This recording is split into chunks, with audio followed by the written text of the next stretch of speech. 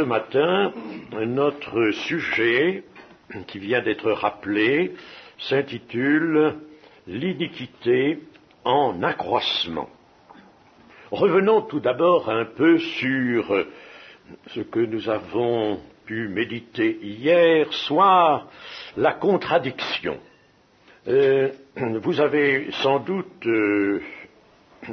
pu en retirer cette certitude, cette idée que la contradiction a beaucoup plus d'importance peut-être que vous ne l'aviez pensé précédemment, et que, en général, les chrétiens ne le pensent.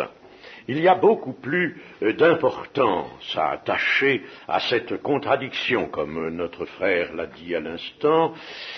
Qu'y a-t-il de commun entre les ténèbres et la lumière, les ombres, les demi-teintes ne sont pas du tout dans le plan de Dieu.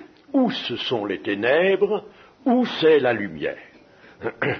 Dieu est lumière, il n'y a point de ténèbres en lui, ni dans son œuvre, ni dans son message, ni par conséquent dans la position que Dieu nous a préparée maintenant sur cette terre déjà pour que nous soyons ses enfants. La contradiction est un principe fondamental de l'Évangile. Un principe qui est à respecter dans son intégrité. Si je dis cela, chers amis, c'est parce que depuis déjà longtemps, je vois avec la plus profonde tristesse, quelquefois, je ne suis pas le seul, avec des frères, nous nous lamentons même, ce n'est pas excessif de le dire, nous nous lamentons de constater certaines tendances dans l'Église ou certains glissements, les glissements de l'Église évangélique, j'entends, n'est-ce pas? Et cela parce que l'on a perdu ou l'on n'a pas véritablement conservé dans le cœur ce principe de l'intégrité, de la contradiction qui est le caractère du message de Jésus. Il faut même aimer la contradiction, il faut l'aimer. Nous avons pu voir hier qu'elle est à la source même de l'œuvre du Seigneur. S'il n'y a pas cette contradiction qui agit, l'œuvre du Seigneur ne sera pas réelle, profonde. L'œuvre du Seigneur a besoin de cette contradiction. Que les hommes, en effet, soient touchés, qu'ils soient remués, qu'ils soient labourés, qu'ils se rebiffent. Contradiction. Contre l'action du Saint-Esprit, il n'y a rien de plus souhaitable que cela. Ce que on peut déplorer, c'est l'indifférence, la mollesse. Dans l'Ancien Testament, il y a une figure à ce sujet, n'est-ce pas? Ils ont leur cœur qui est mou comme de la graisse. C'est la mollesse, il n'y a rien, il n'y a pas de réaction, il n'y a rien qui se fait, n'est-ce pas? Il vaut mieux des gens qui se rebiffent. Beaucoup de ceux que nous avons vus se convertir au Seigneur étaient au début de ceux qui se sont rebiffés. La mission du Saint-Esprit est de convaincre le monde en ce qui concerne le péché, la justice et le jugement, a dit le Seigneur. Et la Bible en français courant traduit ainsi. Je ne prends pas toujours cette traduction-là, mais quelquefois il y a de bonnes expressions, des expressions heureuses qui sont venues sous la plume des traducteurs de cette version. Le Saint-Esprit prouvera aux gens du monde qu'ils se trompent au sujet du péché, au sujet de ce qui est juste et au sujet du jugement de Dieu. Oui, le monde se trompe du tout au tout.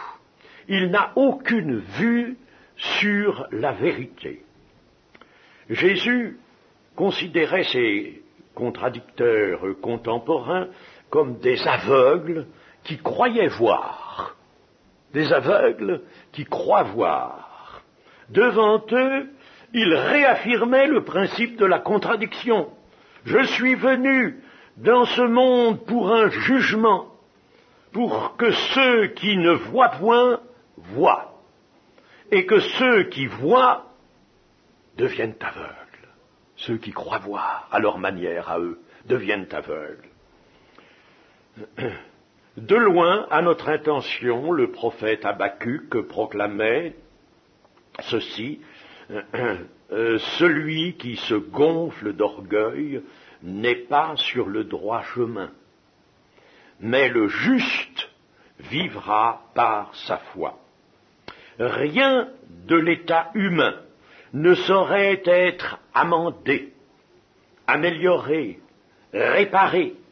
Le message de salut que Dieu adresse à l'homme entend affronter la puissance du péché en lui et traiter cet état de l'homme, cet état de péché de l'homme, par la mort. Voilà le traitement de Dieu, la mort. Car, ô paradoxe, la mort seule ouvrira la voie de la vie éternelle. C'est absolu. C'est la contradiction sans aucune atténuation possible. Il y a deux manières de vivre, il n'y en a pas plusieurs, deux seulement. Et ces deux manières de vivre sont en confrontation. Deux manières de penser et d'exister qui s'opposent comme deux pôles. Celle du monde et celle du Christ. Et aucune conciliation n'est concevable entre ces deux manières de vivre. Rien ne peut passer de l'une à l'autre, pas plus que, comme Abraham le disait à ce riche qui était dans le séjour des morts, le Sheol, où il souffrait, il est impossible qu'il y a entre nous un grand abîme, impossible que nous passions de là vers vous ou de vous vers nous. Impossible. L'idée d'un compromis entre ces deux modes de vie n'a pas de sens. Tenter de rapprocher l'Évangile de son contraire reviendrait à imaginer une entente, un consensus entre Jésus et Satan dans le désert de la tentation. Certainement et partout, Jésus oppose un refus net, et bref, comme il l'a fait devant Satan, un refus net. Écoutons la parabole des outres. Nous la prenons dans Matthieu, au chapitre 9 et au verset 17. Chapitre 9, verset 17. On ne met pas non plus du vin nouveau dans de vieilles outres. Autrement, les outres se rompent, le vin se répand et les outres sont perdues. Mais on met le vin nouveau dans des outres neuves, et le vin et les outres se conservent.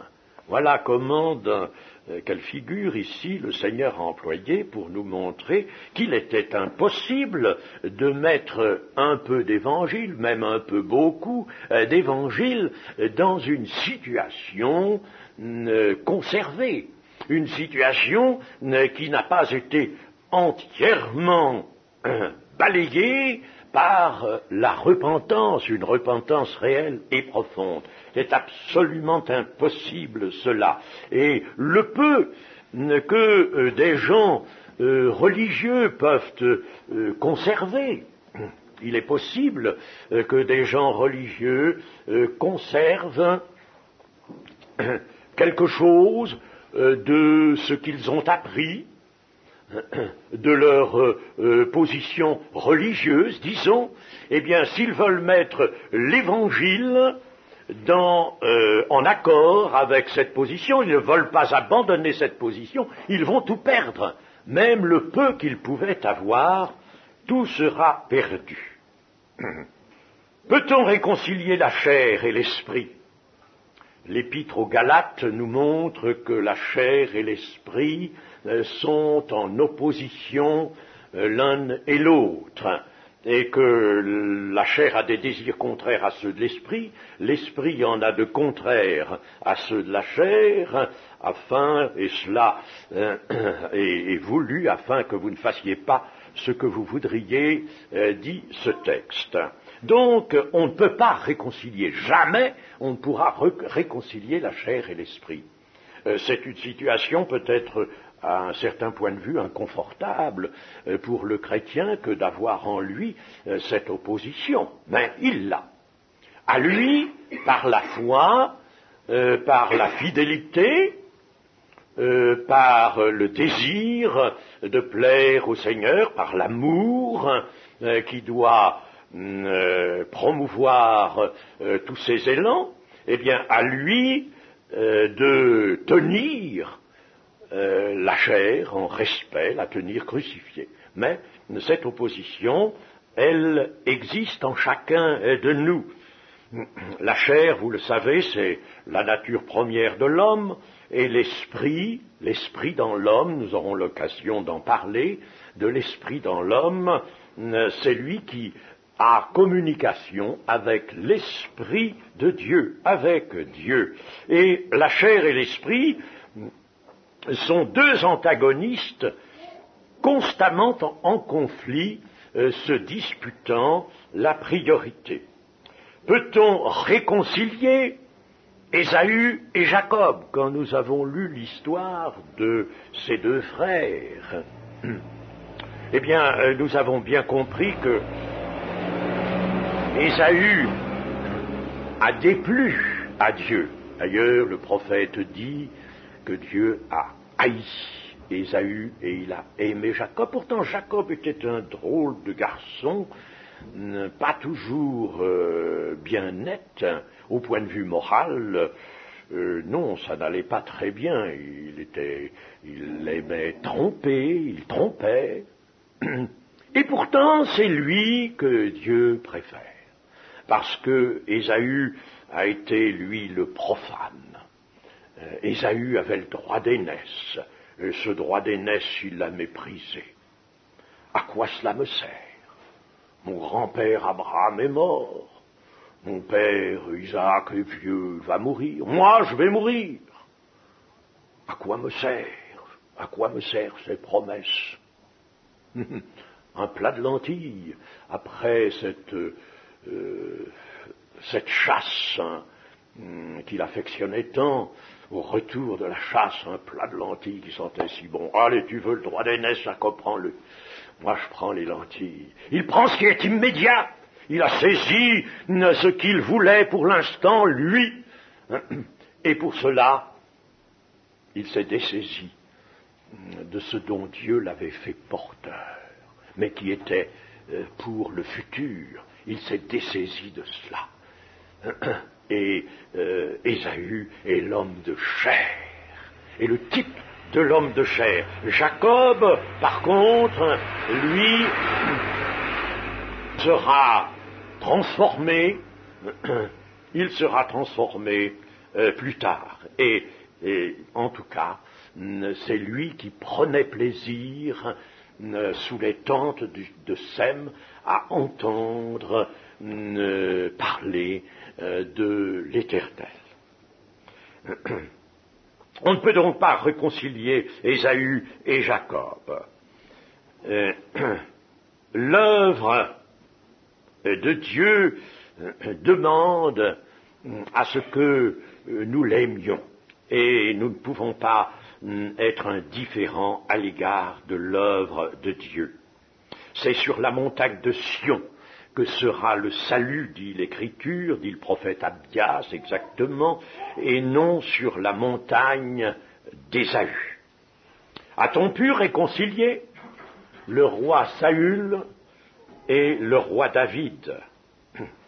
A-t-on pu, peut-on réconcilier, même maintenant, dans la suite des âges et dans les conséquences qui se sont déroulées, Ismaël et Isaac, impossible.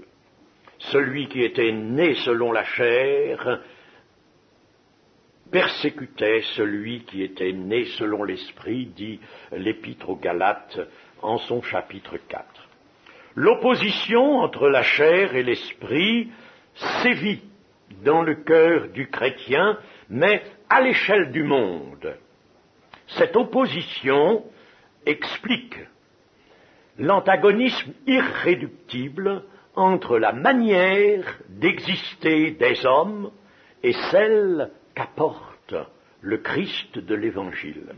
En résumé, la vérité et la vie qui sont dans le Christ ne peuvent que maintenir leur antagonisme à l'égard du monde, c'est-à-dire de la société des hommes spirituellement morts. Là-dessus, le Seigneur n'a pas hésité. Il a dit à quelqu'un qui voulait aller inhumer à l'inhumation de son père, « Laisse les morts enterrer leurs morts, et toi viens annoncer le royaume de Dieu. » Cette contradiction demeure totale en sa nature à travers les âges. Elle ne peut pas plus changer que Dieu lui-même ne change. Pourtant, notre époque connaît une situation de dégradation, d'ignorance et d'aveuglement telle qu'il semble que la contradiction se soit considérablement accrue. Eh bien non, ce n'est pas la contradiction qui s'est accrue, la contradiction, elle ne bouge pas puisqu'elle est absolue, elle est totale. Ténèbres, lumière, mort, vie. Elle est totale, elle ne bouge pas, elle, la contradiction. Mais c'est l'iniquité qui s'accroît, comme l'a dit le Seigneur. Nous allons prendre cette parole dans Matthieu 24. Matthieu chapitre 24 et au verset 12. Et parce que l'iniquité se sera accrue, l'amour du plus grand nombre se refroidira, mais celui qui persévérera jusqu'à la fin sera sauvé. Cette bonne nouvelle du royaume sera prêchée dans le monde entier pour servir de témoignage à toutes les nations, alors viendra la fin. La contradiction ne peut pas bouger, elle est absolue, disions-nous. C'est l'empire de la contradiction qui s'étend, qui a gagné une ample majorité de la société humaine. Nous sommes arrivés maintenant à un point de l'histoire où nous pouvons dire, comme l'a fait un auteur que vous devez bien connaître, puisqu'il a été des vôtres, Francis Schaeffer. Comme l'a dit cet auteur dans un de ses livres intitulé « La mort dans la cité ». Nous vivons dans un monde post-chrétien, était son expression. Et combien il avait raison, il y a 18 ans environ qu'il a écrit cela. Dans un monde post-chrétien.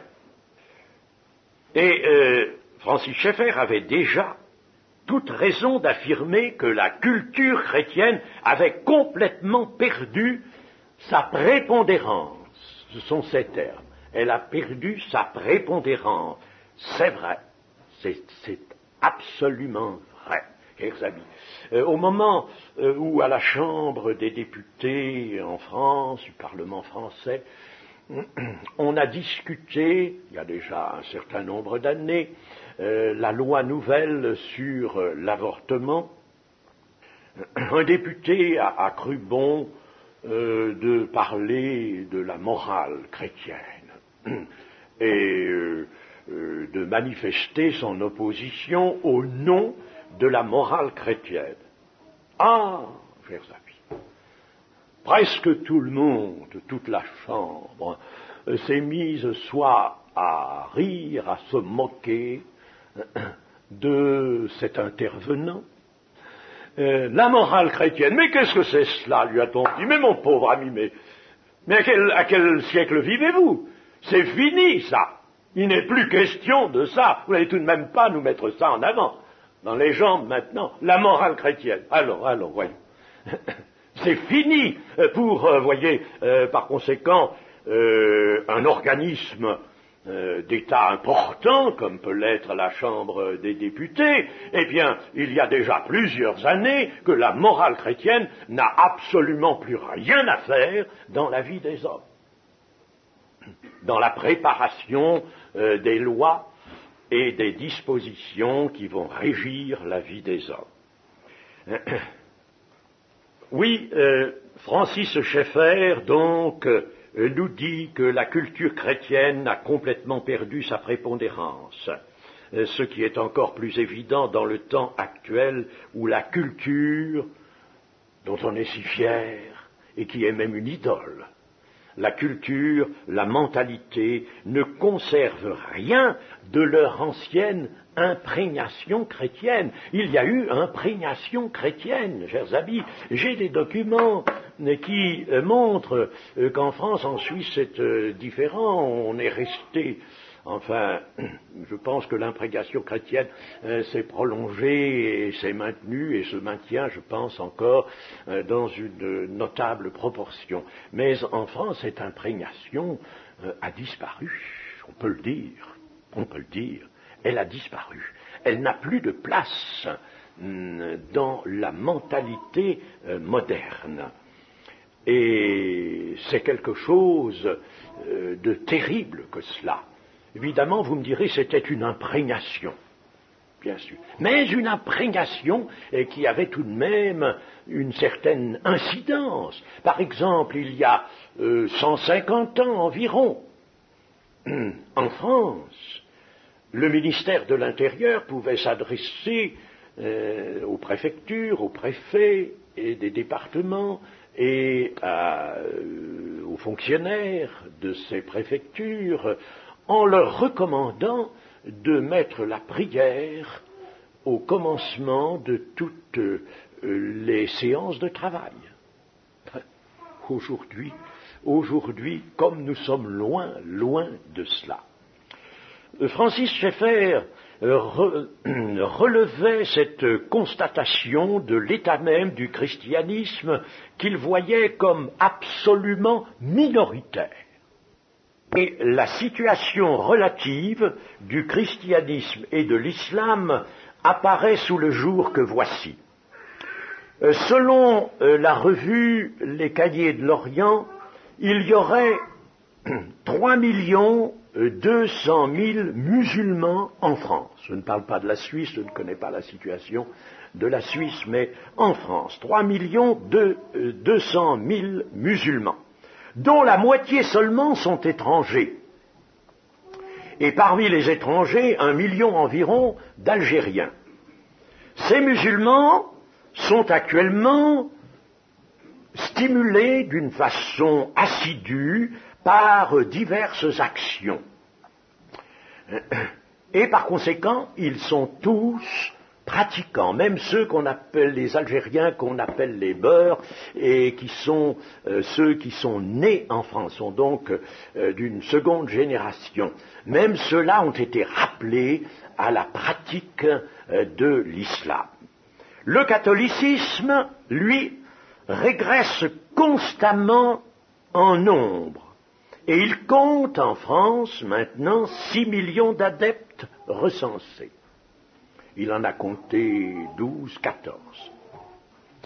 Le protestantisme peut avoir, lui, à son actif, 500 000 fidèles.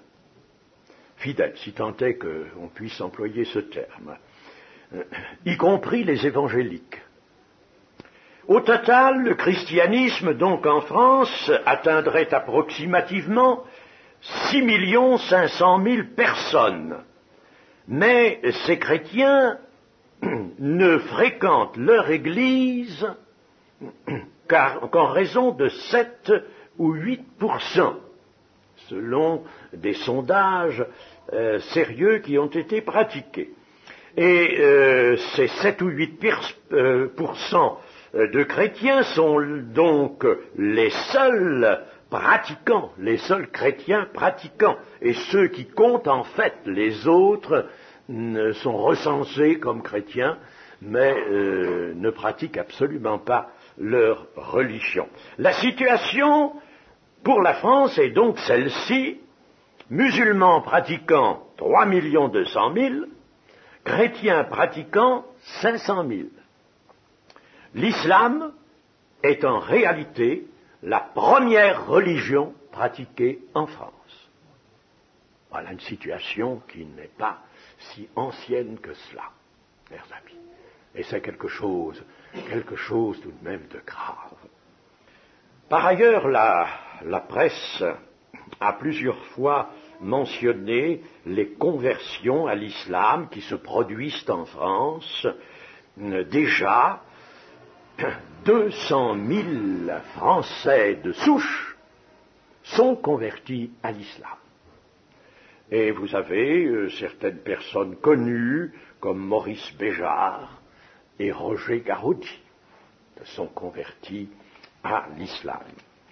Il paraît que cette rapide évolution satisfait beaucoup d'indifférents en France qui voient en cela un renouveau, figurez-vous, un renouveau, et qui se disent que, après tout, l'islam n'est pas une religion plus étrangère que le christianisme qui, lui, est né au Proche-Orient. Le christianisme, donc, on peut le dire, s'en va, c'est vrai.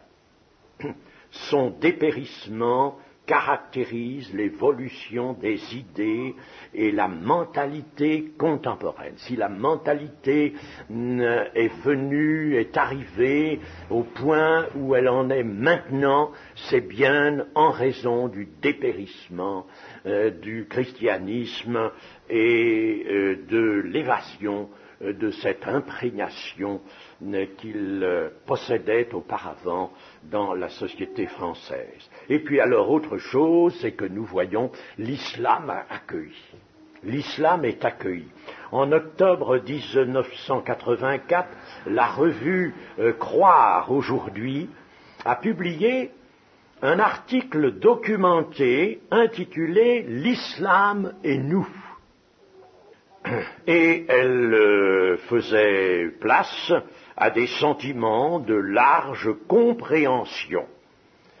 De l'encyclique Ecclesiam Suam de 1964 du pape Paul VI, les musulmans, il était dit dans cette encyclique que les musulmans cherchent à se soumettre de toute leur âme au décret de Dieu, même s'ils sont cachés, comme s'est soumis à Dieu Abraham, auquel la foi musulmane se réfère volontiers.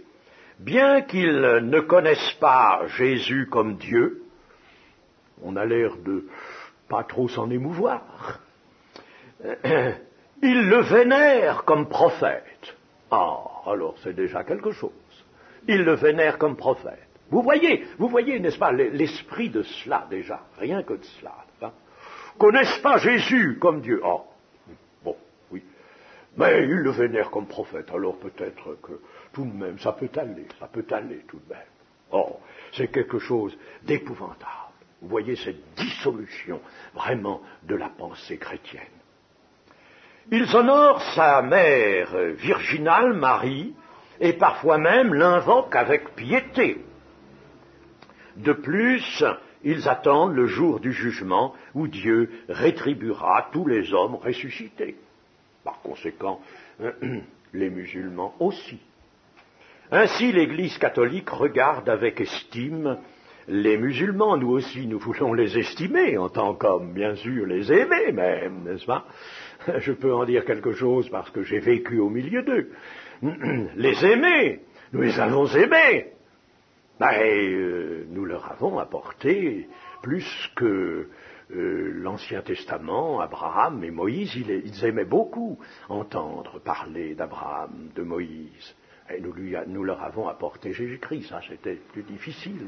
Hein. Sidna Issa, ils le connaissent bien sous le nom de Sidna Issa. L'Église catholique,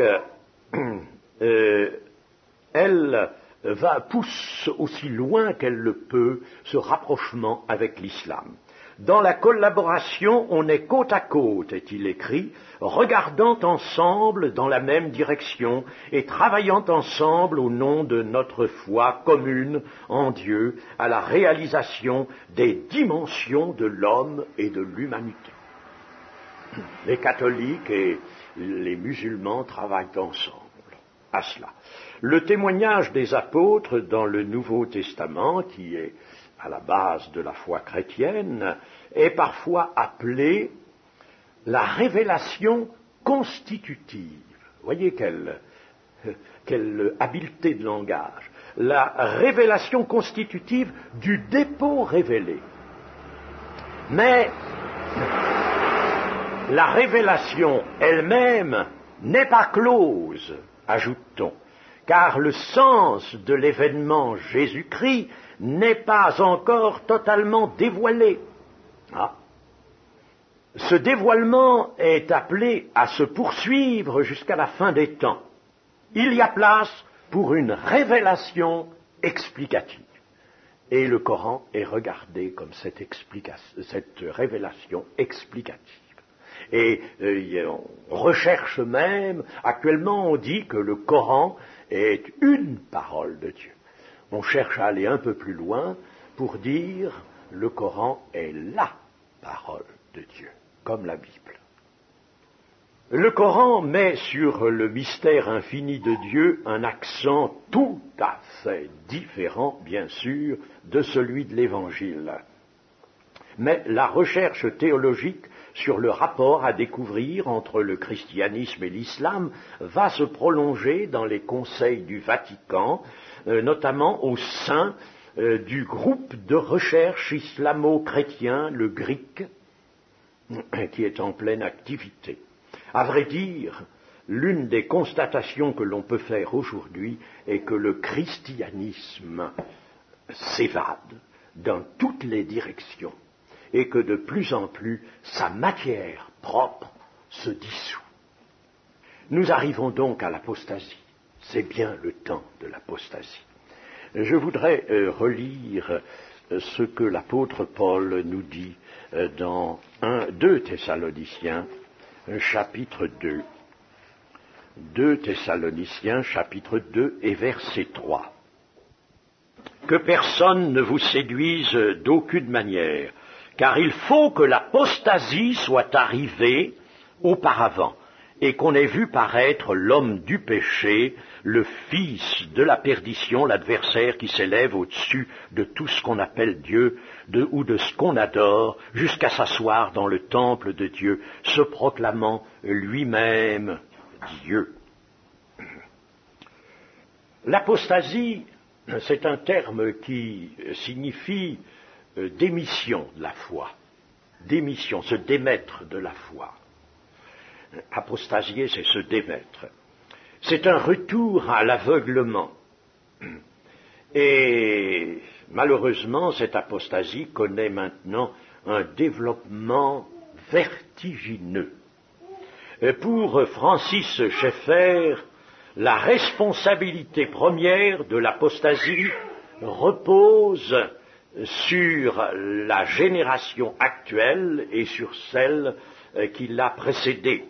Et c'est pourquoi, affirme-t-il catégoriquement, je prête donc la parole à Francis Schaeffer, la religion, l'Église et même la culture n'ont à l'heure actuelle plus de sens. L'homme lui-même est mort. Oui, ajoute-t-il, l'homme moderne meurt de faim et de soif, et la main de Dieu s'appesantit en jugement sur notre culture. Notre monde post-chrétien, État, société, individu, qui s'est détourné du sol consolateur, meurt de faim et de soif. Mourir de faim et de soif, n'est-ce pas là le message du prophète Amos à l'adresse du monde des derniers temps? Nous allons nous reporter maintenant au prophète Amos. Et je lirai au chapitre 8 de ce prophète et au verset 11, du verset 11 au verset 14. Amos, chapitre 8, verset 11. Voici les jours viennent, dit le Seigneur l'Éternel, où j'enverrai la famine dans le pays, non pas la disette du pain et la soif de l'eau, mais la faim et la soif d'entendre les paroles de l'Éternel. Ils seront alors errants d'une mer à l'autre, du septentrion à l'orient. Ils iront çà et là pour chercher la parole de l'Éternel, et ils ne la trouveront pas.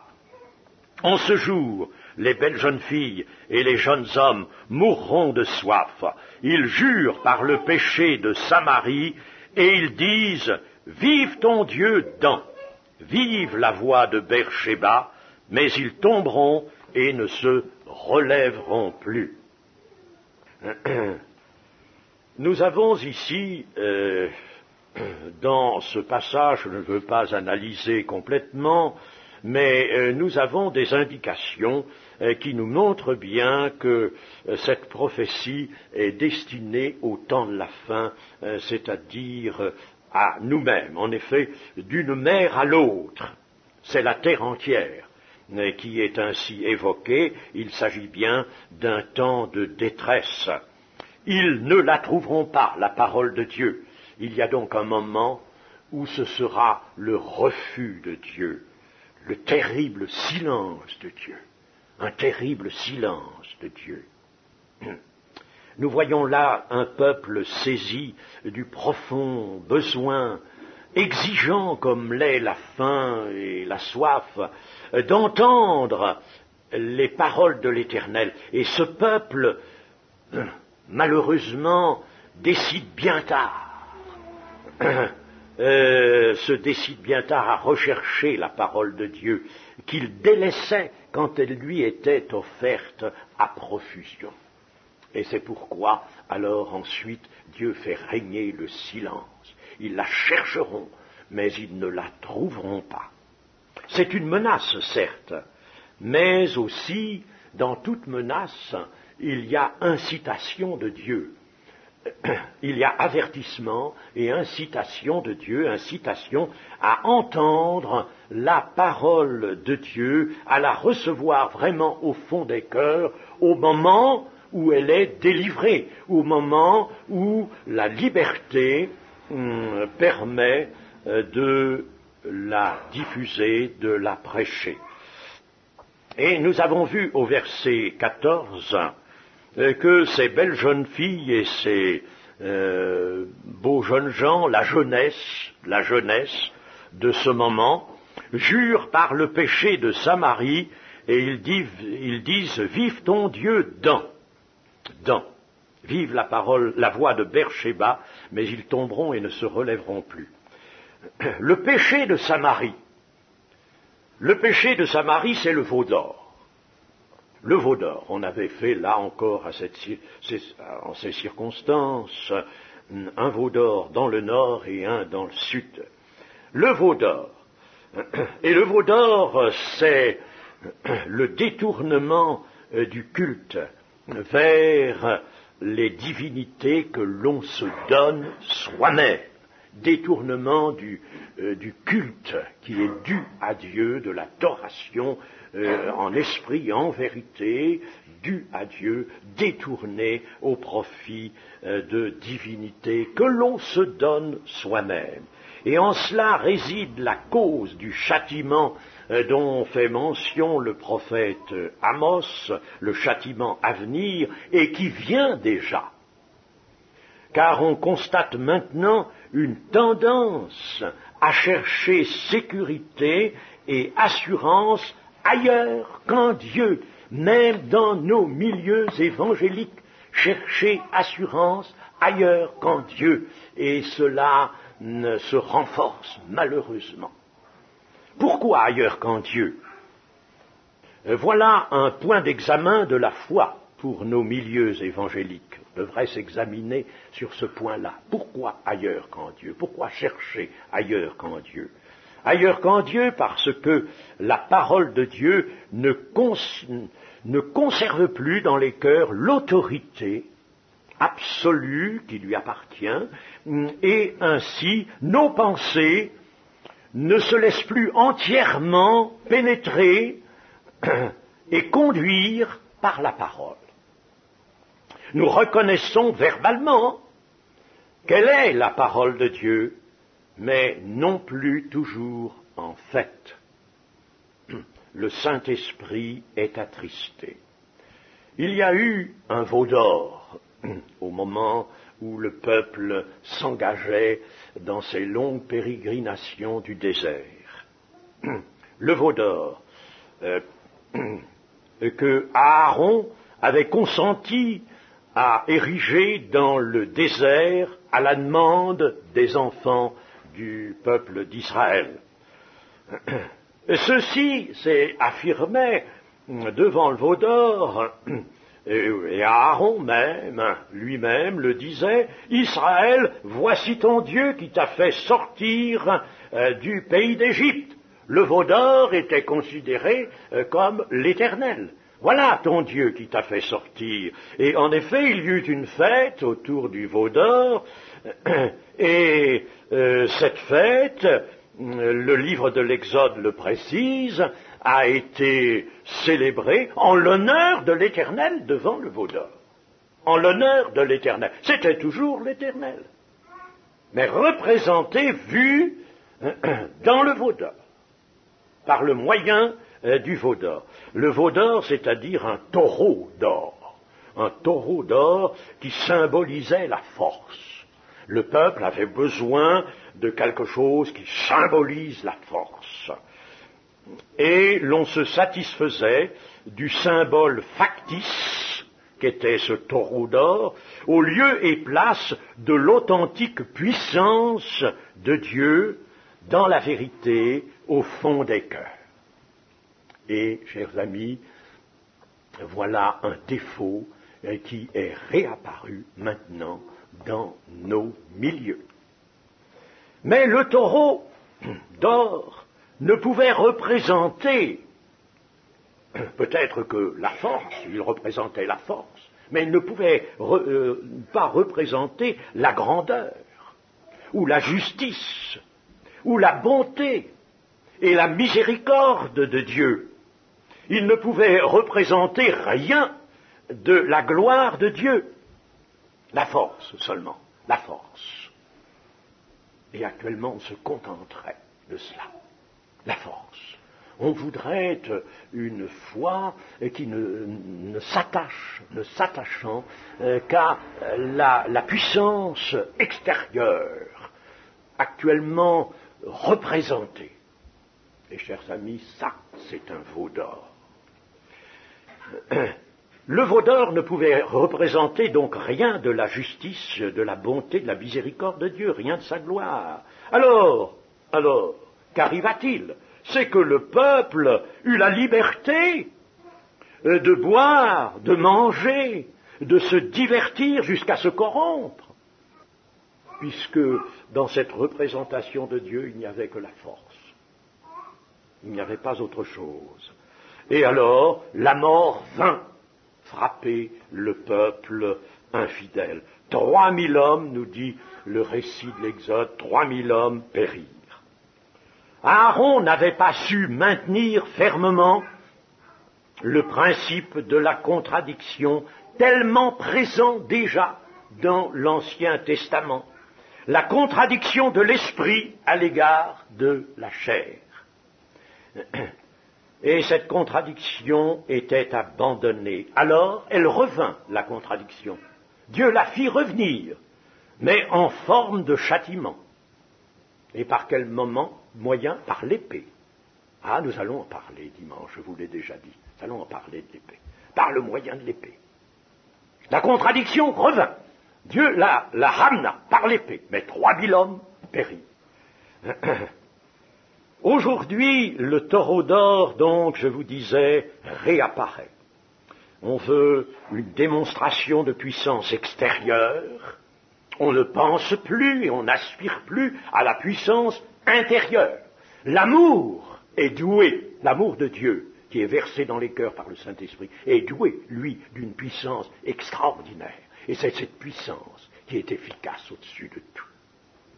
Et puis, on veut aussi de l'extérieur. On veut voir, comme le peuple dans le désert voulait voir. On veut du spectacle. Il avait un beau spectacle, ce taureau d'or.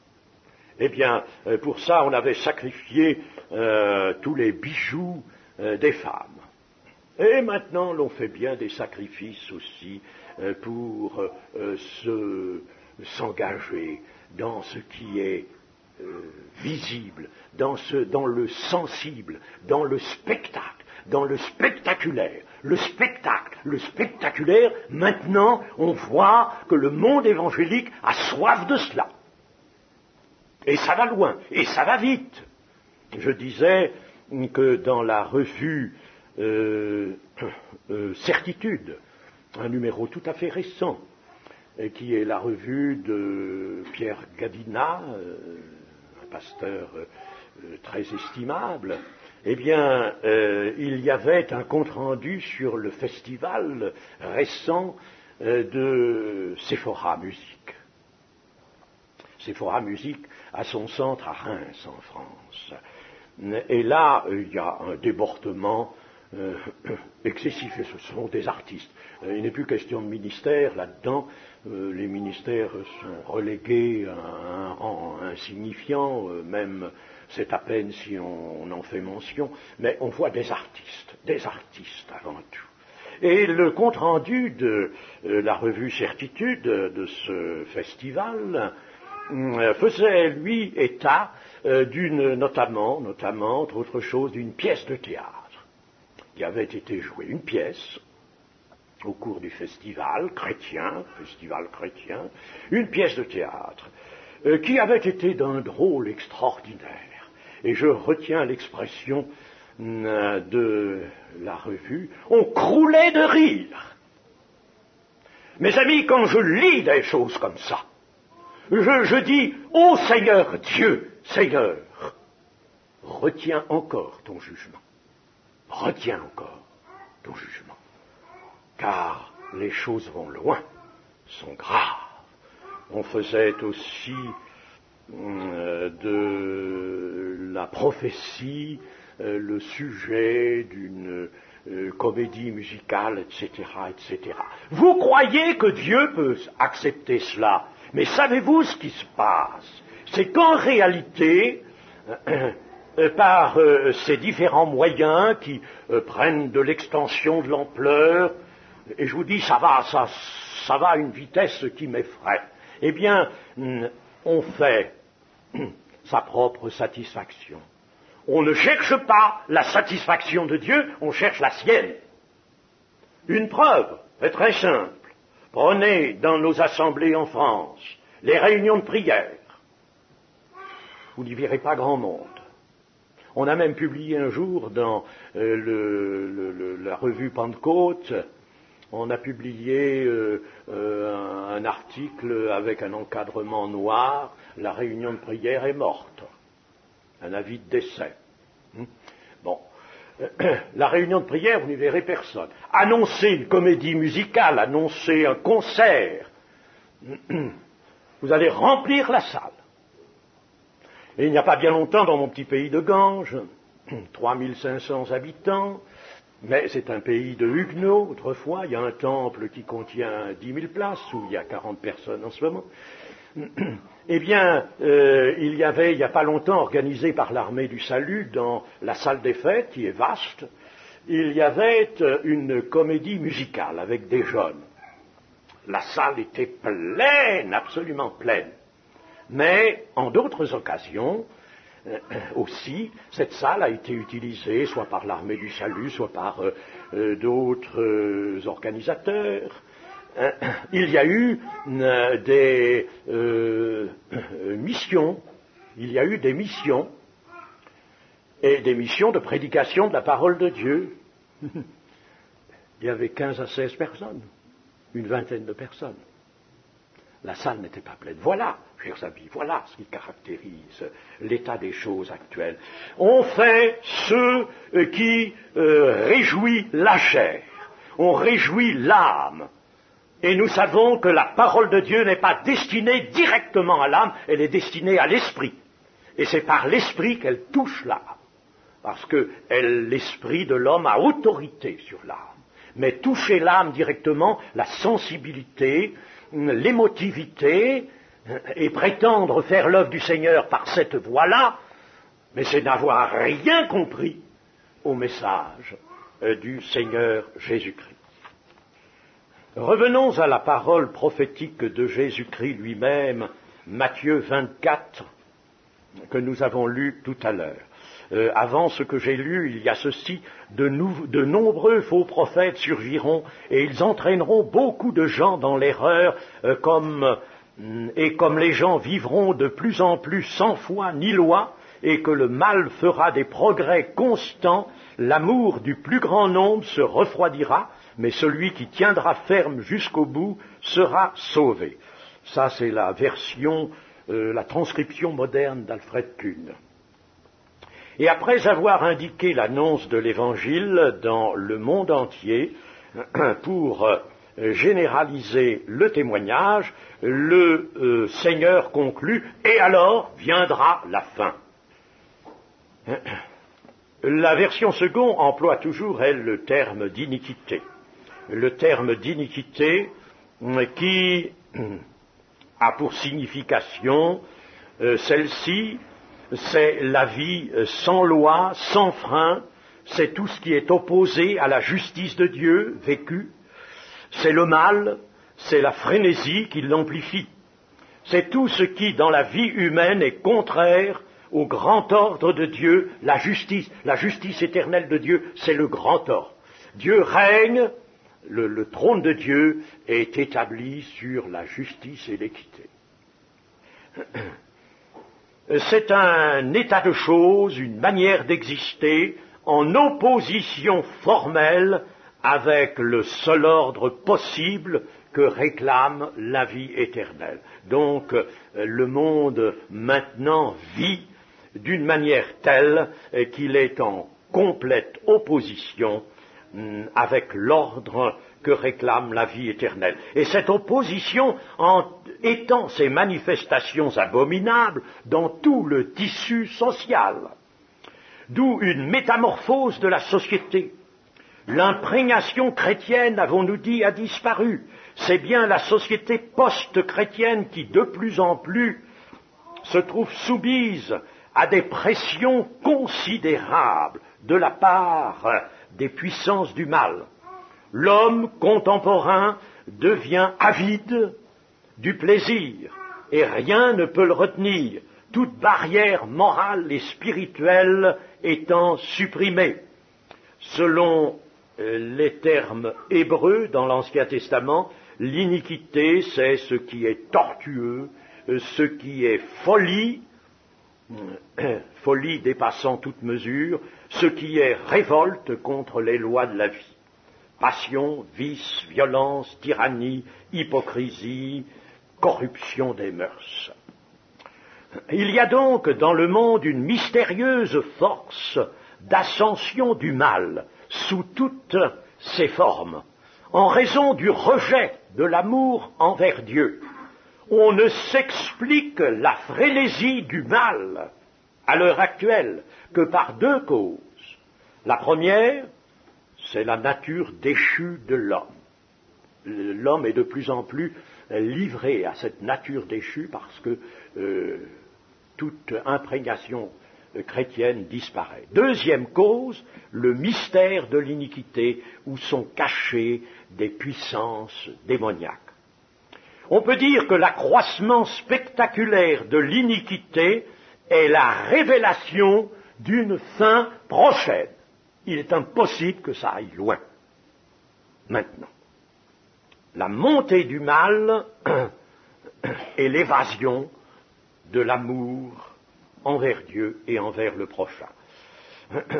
Le mal est engendré dans le cœur de l'homme, comme le Seigneur Jésus nous l'a si bien appris, et l'homme est captif, en somme, par son cœur. L'homme est captif par son cœur. Les pensées, les idées ont toujours dirigé le monde. Les positions philosophiques, sociales, politiques, idéologiques, la soif d'avoir, de prendre, de revendiquer, d'être son maître. Voilà ce qui occupe maintenant le cœur de l'homme. L'homme se veut autonome et s'accorde confiance à lui-même. Jérémie nous a depuis bien longtemps prévenu de cela dans son chapitre 17. Maudit soit l'homme qui se confie en l'homme, béni soit l'homme qui se confie en l'Éternel. Chapitre 17, versets 5 à 30. Et cette tare n'a pas varié au fil des siècles.